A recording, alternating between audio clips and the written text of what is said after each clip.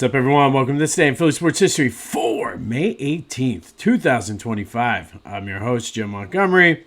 Welcome to a Sunday edition of the podcast, easy like Sunday morning. Let's get right into the Phils. Yesterday, I asked you, are you excited for Mick Abel's Major League debut today? Everybody was at least somewhat intrigued. I am too. Not sure what to expect.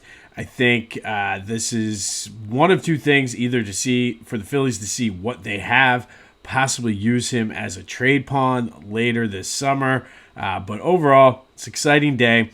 Phillies looking for the sweep of the Pirates today after a 5-2 win. Solid, very business-like team effort. Bryson Stott seemed to have snapped out of his slump. Seems like Bryce Harper just maybe has snapped out of it. Seeing some good things from him. So if the big guy gets going, look out. Zach Wheeler was Zach Wheeler. Bullpen was solid again. And again, this is one of those series where the Phillies just need to do what they're doing. They need to beat the Pirates like this. It's going to be a tough one today with Paul Skeens on the mound throwing Mick Abel. But anxious to see what the kid can do against the phenom that is Paul Skeens. That is this afternoon down at Citizens Bank Park. But looking forward to seeing what Mick Abel can do. Again, I don't know if he's going to be a staple in the rotation in a couple years, him and Andrew Painter. I don't know if this is a good way for them to bolster maybe the bullpen or get another bat. But either way, big day down at Citizens Bank Park as the Phillies look to sweep the Pirates. Rivalry weekend. And they did talk about, if you were listening to the broadcast yesterday, they did talk about how some of the rivalries, they did it basically like Major League Baseball this weekend is rivalry weekend. But basically it's like geographic rivals. And yes, it's a battle of PA, but the Phillies and Pirates did have a decent rivalry back when the Pirates were in the NL East. I mentioned that yesterday, and T-Mac was discussing that on the broadcast. So looking for the sweep of our rival, the Pirates. I've been mentioning this for a couple days now, but we talk a lot about Philly area, suburbs, but we don't mention a lot about South Jersey. But South Jersey does have a rich sports history. There is an open house at the South Jersey Baseball Hall of Fame Wednesday at 6:30 at the William G. Rohr Center at the Camden County College in Cherry Hill. Lots of great players have come out of South Jersey, including Andrew Bailey, Raleigh Eastwick, Kid Gleason, Goose Goslin, Hank Greenberg, Mike Trout, and of course our old pal Walter French. Thank you to Lenny Wagner for passing this information along. Go support Lenny, buy his book on Walter French, One Man's Journey Through the Golden Age of Sports. Playing with the Best, One Man's Journey Through the Golden Age of Sports. Great book. Great guy. So if you're in the South Jersey area, go check out the open house at the South Jersey Baseball Hall of Fame down at Camden County College in Cherry Hill. Be sure to follow me on social media, Jimbo_Mont on Twitter and TikTok. On Instagram, at PhillyJimbo. Subscribe to the YouTube channel. Continue to spread the word as we grow this thing. Highlights are always available on my social media, including Facebook and LinkedIn. Also, the Discord chat is live, so go. The very first line in the description is the invitation to the Discord channel. Let's go have some good conversations. People are starting to filter in. I have a channel just for Philly sports talk. I have the question of the day. I also have a trivia question. It's kind of the new thing I'm playing around with here. But go join the Discord chat. Let's have some fun. And as we get going, a lot of good conversations happening on my Facebook page. But join the Discord chat and let's kind of move everything over there. A little bit of an Eagles update yesterday. Not sure how I feel about this. We know last week I talked a lot about the curse of Billy Penn. Saquon Barkley will be on the cover of Madden 26. And more than not, the person on the cover of Madden, you know all about the Madden curse, either gets hurt or has a subpar season. Last time an Eagle was on, it was Donovan McNabb. Right after the Super Bowl season in 2004, he was on the cover of Madden 06 and just did not fare too well. That was the whole TO drama. So hopefully Saquon fares a little bit better. Last year, it was Christian McCaffrey, and I know just from firsthand experience, having him on my fantasy team with my first round pick, not a good season for Christian. So hopefully Saquon's able to buck the trend about being on Madden. But Saquon will be on. No word yet on what the actual cover will look like. Lots of people are speculating it's going to be the reverse hurdle against Jacksonville. Twitter had a great time with that, saying, hey, it's the first time a Jacksonville Jaguar will be on the cover of Madden. But Saquon, buck the trend. Don't be cursed. I'm not sure how I feel about it, but we'll see. Union with a big 1-0 win over Atlanta yesterday. Ty Abreu with a goal. He now leads the MLS with 11, 3 ahead of second place. So another solid win for the Union. Busy week for them this week. They play in the U.S. Open Cup on Wednesday. And then Saturday night, Memorial Day weekend, Messi comes to Chester. We'll be going down to that. Looking very forward to that. My daughter loves Messi, so we're going down to that. Sitting in the box thanks to Penn Medicine, but looking forward to that. But a good win for the Union as they beat Atlanta 1-0. Ty Abreu with his league-leading 11th goal of the season. Check out my friends over at the Clashing Conferences podcast. Very excited to be a part of their sports fan network. Go to clashingconferences.com. See how you can get involved. They're always looking for new members. And if you've ever watched any of their podcasts, they're great. Just a great way for you to get your voice heard, hang out, talk some sports. And then if you are on the other side like I am, they do provide media services as well. So go to clashingconferences.com, see what they have to offer, support them, get involved, and like I said, very, very excited and happy to be working with them. It's still fresh, hasn't been a week yet. But like I said, you'll start seeing more and more implementation of the Clashing Conferences name as well as the network. So go to clashingconferences.com, see how you can get involved. Check out their podcast anywhere you get your podcasts as well as on YouTube. And if you are in need of any type of media services, even if you're not necessarily a podcaster, they can help you out there as well. So go to clashingconferences.com. All the information you need is there. All right, yesterday's trivia question. I said the Flyers went up 2-0 in the Stanley Cup final, went down 2-1 in the 1980 Stanley Cup final. What team were they playing? That would be the New York Islanders. And I say it all the time, but it seems like every time the Flyers get to the Stanley Cup, they're playing a team that's either in the midst of being a dynasty or on the verge of starting a dynasty. It happened in 1976 with the Canadiens. It happened in 1980 with the Islanders. It happened in 1997 with the Red Wings, and then 85-87 with the Oilers. And then, of course, in 2010, the Blackhawks were ready to win a few as well.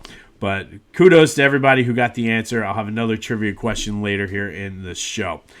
Check out my boys over at Philly Goat. I've been talking so much about the slides. My daughter's bugging me every day. When are my slides coming, Dad? When are my slides coming? They are coming. They've partnered with iSlides. They are very comfortable. Again, I'm wearing my Jalen Hurts Super Bowl champion ones right now. Great for the pool, great for the beach. Go check out their shirts as well. All kinds of great t-shirts.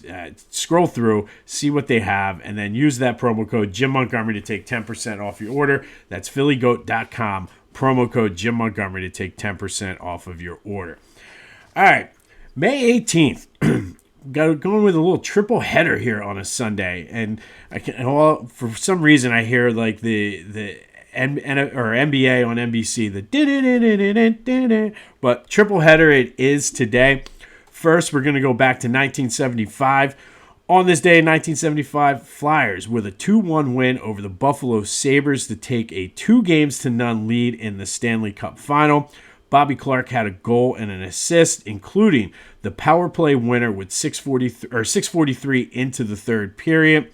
It was his second goal and third assist of the series already. They would go on to win that series 6 games, winning their second straight Stanley Cup. But on this day in 1975, down at the Spectrum, Flyers beat the Sabres 2-1 to take a 2-0 lead, heading to Buffalo for Game 3. Bobby Clarke with a goal and assist, dominating very early on as the Flyers would go on to win that series in 6 games. Fast forward to 1983. And yes, kids, at one point, the Sixers were the talk and the class of the NBA. And today, this was the phi in the faux five faux as the Sixers bounced back after losing Game 4 to close out the Bucks 115-103 down at the Spectrum. Moses Malone did his part, 28 points, 17 rebounds. Dr. J had a double-double, 24 points and 10 rebounds. But it was Andrew Toney leading all scorers with 30 as the Sixers close out the Bucks in 5 games to go on to the NBA Finals where they would sweep the Lakers, almost completing Moses Malone's faux prophecy, but this was the phi in the faux five faux on this day in 1983. And then in 2005, Phillies lose to the Cardinals 8-4 at Citizens Bank Park. Fell behind 8-0. John Lieber just did not have it that day. But Bobby Abreu went 2 for 4, hit a home run in the 6th, and tied Pinky Whitney's team record of 10 straight games with an RBI.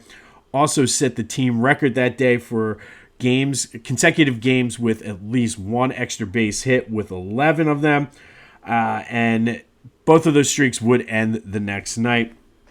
But it was his 12th home run of the year, his 11th in May.